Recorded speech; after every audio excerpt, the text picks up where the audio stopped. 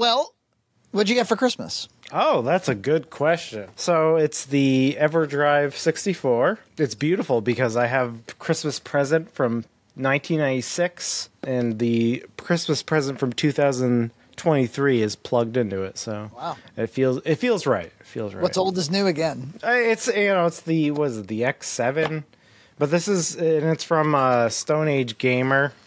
It has like little stickers here. It's Cricks. It's the same guys, but they but they have their own. It's nice because it's kind of like a VHS. You could picture a Little Mermaid with the cocks on it and stuff on that one, but it's what's Stone Age Gamer's deal? They're like a US version of Cricks, or they ship out of the US the Cricks products, and then they also have their own products. My guess is they order like a ton of them. It says Cricks certified, and then it's branded Stone Age Gamer. I see. And yeah, they have their own labels and stuff, but it's cool. It's you don't have to like buy from the Ukraine. You could buy right from Stone Age Gamer, I guess. Buying from the Ukraine does add its share of complications. For the past month or so, Gloria had taken gift wrap and she tied it from the edge of a chair in our living room to the wall. And what was concealed behind it was meant to be my Christmas gift, and I wasn't to look.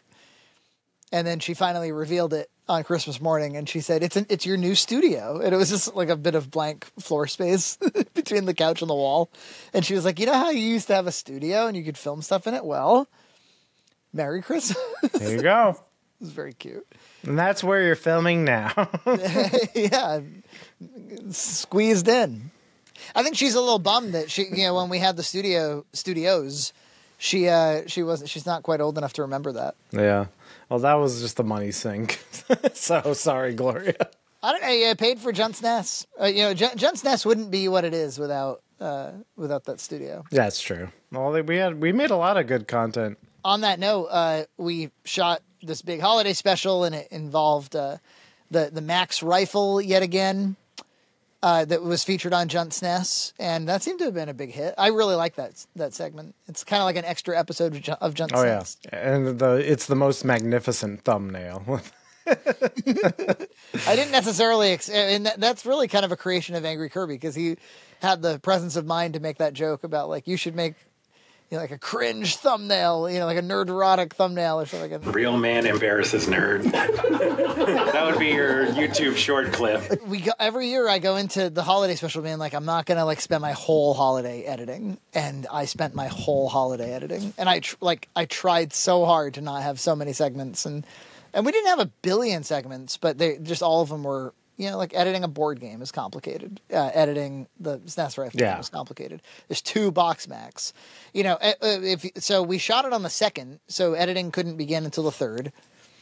And I released on the 21st, so it was like 2 weeks straight of editing. Yeah. Yeah, for those who don't know editing, I think like a 2 camera with 2 hosts, it's not that complicated, but as soon as you get a 3rd camera, and with Jump Horse, there was 4 people. Yeah. It's like you have to edit all of their audio on top of, like, because you want to, like, silence mics that aren't talking. You want to, so, like, it complicates the edit exponentially as soon as you add more guests. Yeah, and you have to make all these creative decisions as to how to, it's not a simple matter of, like, camera switching or something. You're designing a rhythm and a comedy to the thing. It's quite, we produce enough podcasts that the podcast clips are a lot of work, but they're significantly less complex because even when you're adding in a lot of clip editing or even just adjusting edits a little bit for rhythm and for timing, it's not the same as like crafting a nonfiction segment, it's just not the same. Yeah. So it took forever. It was the equivalent of editing, like 5 box Macs in like a 2-week period. And I always say, like, a box Mac takes, like, for me, and I'm a fast editor, it takes, like, 3 to 5 hours probably of, like, dedicated, focused work. And normally I can't really start editing until 9 o'clock at night. And so it was, like, just sleep deprivation for weeks. But what I had been doing for some reason in the interim, I kind of, the strange thing happened. We've been talking about Facebook Marketplace being seduced by CRT televisions and apparently opium dens. Ben's, yeah. Song of the South, yes. And I kept seeing like CRTs that were kind of close to what I would want. Because there's been a few times where Gloria's come to my office and I sort of have this legacy media area and she's wanted to watch a tape, but like, oh, the Laserdisc player's plugged in right now and I have to swap it. And I was like, why don't I get some more power switches in here? Why don't I get like an AV switcher, get this all looking real nice, get a little shelf for the consoles. They make those like the Wayfair ones, you know? And so I started like bit by bit kind of, oh, and then I bought the GC loader, which was the mod for the GameCube where you can load it up with an SD card. And I'm the kind of guy that's like if you're going to load it up with an SD card, it better be the whole GameCube library, every last one of them, you know, all the Maddens, games I would never play. I just like having the option. Just lousy with Maddens. Yeah. I was like, what's the size of the GameCube library? It's less than a terabyte. So if you're willing to spend a little money on an SD, you know, a terabyte SD card, you can have the all-in-one GameCube experience.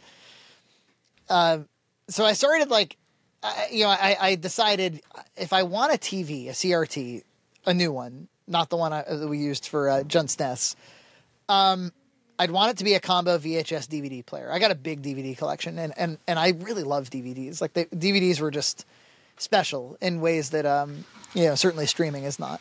And it just might be fun to like pop in one of these DVDs from time to time. So I ended up pulling the trigger. I won't tell you how much I spent on it because half of it was, it was hundreds of dollars in shipping. You really want to buy, like you made a video recently modding a TV. You really want to buy local if you're going to buy a TV. If you ship, it's like a 50-50 chance it'll get to you in one piece because those tubes, especially like over time, like the plastic inside these televisions starts to degrade. So even though they were originally shipped in boxes, like as soon as you start shipping them again, 20, 30 years later, they're going to start shattering because the plastic starts to get brittle. So it came in all in one piece. It was packed to hell. I mean, it was a shame it wasn't recycling day that day because the amount of cardboard that I had to fill up our bin with was insane. Get it all set up. It's nice. No remote. And without a remote, you can't change the input. And those things have like line 1, line 2. You remember that? So needed a remote. Oh, yeah. And so, I wanted to get the right one. So you spent $300 for a remote. It's probably like 20 some from remotehounds.com. And it came in and it changes the input, but here's the trouble. It doesn't change. The arrow keys on the DVD don't work. I don't know why. And I'm Googling like crazy. It's impossible to troubleshoot this shit because the technology is too old. So I can't select special features on my DVDs. It's play or no play at the moment. That's one area that I'm still deficient in my grand setup. But yeah, I've got an SNES with Everdrive. I've got an NES with Everdrive, a Dreamcast, a GameCube, a Sega Genesis, and an N64. All the entire libraries with wireless controllers, all connected to this thing. I also have a modern Roku television sitting next to it, so I can like watch YouTube while sitting in a rocking chair and playing these old games. I'll never do that. I'll never actually have time to like plop down in a rocking chair and play a game for a long while, but I can in theory. I also have the 9-inch TV that I've talked about before that's on my desk, and so I actually decided to dedicate the GameCube and the Sega Genesis to that, and then have all the rest on the other one. But it's I don't know. Like it was definitely fun to get all the bits and pieces to make it all happen. Dreamcast is connected with S-Video, so that looks good. There's something about we popped in Mickey's Christmas Carol on DVD, and I gotta tell you, like it has a different look, just a slight bit, but standard def DVDs on those TVs. There's something appealing about them. Yeah, I have the CRT over there that has a DVD player built in.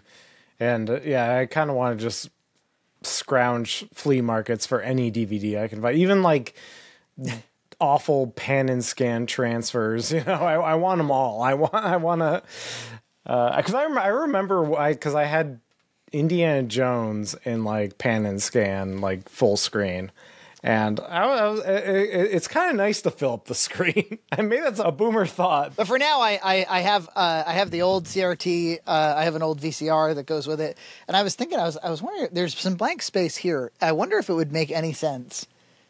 He says, knowing it makes no sense, to set up a cab, like a wooden cab that you can stick the CRT into. Then you can make it like a light gun cab, you know? I would, yeah, just do it, man. Do it. No. Yeah, so if you got that Panasonic one still around, that's a good CRT. So just plug in something, yeah. Gloria walked up to me with now that I have a built-in VCR into the whole thing, she walks up to the shelf looking for a good VHS, and she finds Koopa Claus, the Super Mario Brothers Super Show Christmas episode, which of course it was Christmas time. And I was like, shit, kid, you picked the right VHS for sure. Pop that sucker in. There's also, did I tell you, last year I was at the flea market and I found Beavis and Butthead Do Christmas on VHS. And that just fills me with holiday cheer. Gloria has been kind of into Wii. One is because she used to go to this babysitter and it's all they had. They called it camp. It was during the summer when she didn't have school. And so they would play like Cooking Mama was a Wii game. It's like a cooking one where you whip stuff up with the Wiimote, and a few Mario Kart. Which, by the way, Nina and Gloria got me one of those like little steering wheels that you stick a Joy-Con in. Those are kind of fun, I guess. The problem with those is that there's no like feedback, so you're just like, right. I don't know. I need mechanical feedback if I'm doing a steering wheel. I agree, but they didn't know any better. They remembered that I had said steering wheel for a video game in the Micro Center episode of Junt's Cart. You know, I gotta tell you, I really enjoy racing games, and I'm appealed to this. Yeah. But is it just me, or are they always too expensive? This is very reasonable, Frankie. And yet, $100. That's very reasonable. Just so Let me I tell don't- you, it really is normally $100. It works for the Switch too, eh? It seems fun. It's definitely fun. And then they were like, "Oh, like, do you want one for Xbox or for Switch?" And I was like, "Well, we play Switch most of the time." But they ended up buying that. So for Wii, there was like some Disney Princess Enchanted game that she discovered that she wanted to play. And then she got kind of into, she would watch YouTube videos about VR. And she said like, "Oh, like the Wii is basically VR. Let's do that." And she's like, I want to do the sports one. And so we started doing that, and then she actually got really into Wii Tennis, like loved Wii Tennis. Yeah, that's why I actually just recently bought the Motion Control Plus so we could play the Wii Resort. Then I was like, well, I kind of want to, because I have two modded Wiis, one downstairs, one upstairs. And I was like, I'd like to like connect some more storage to these things and have the whole Wii library, like the GameCube library. Come to find out, man, the USB drive thing for modded Wiis, it's temperamental as shit. For one thing, if they don't have their own power source, the drive, you have to have a Y cable and use the secondary USB port. It matters which USB port it is, and you have to use the secondary to get more juice. Yes. And I don't think that they support large drives. It seems like the drives that work best are 2.5-inch drives, which you can't find in large sizes. Yeah, so it's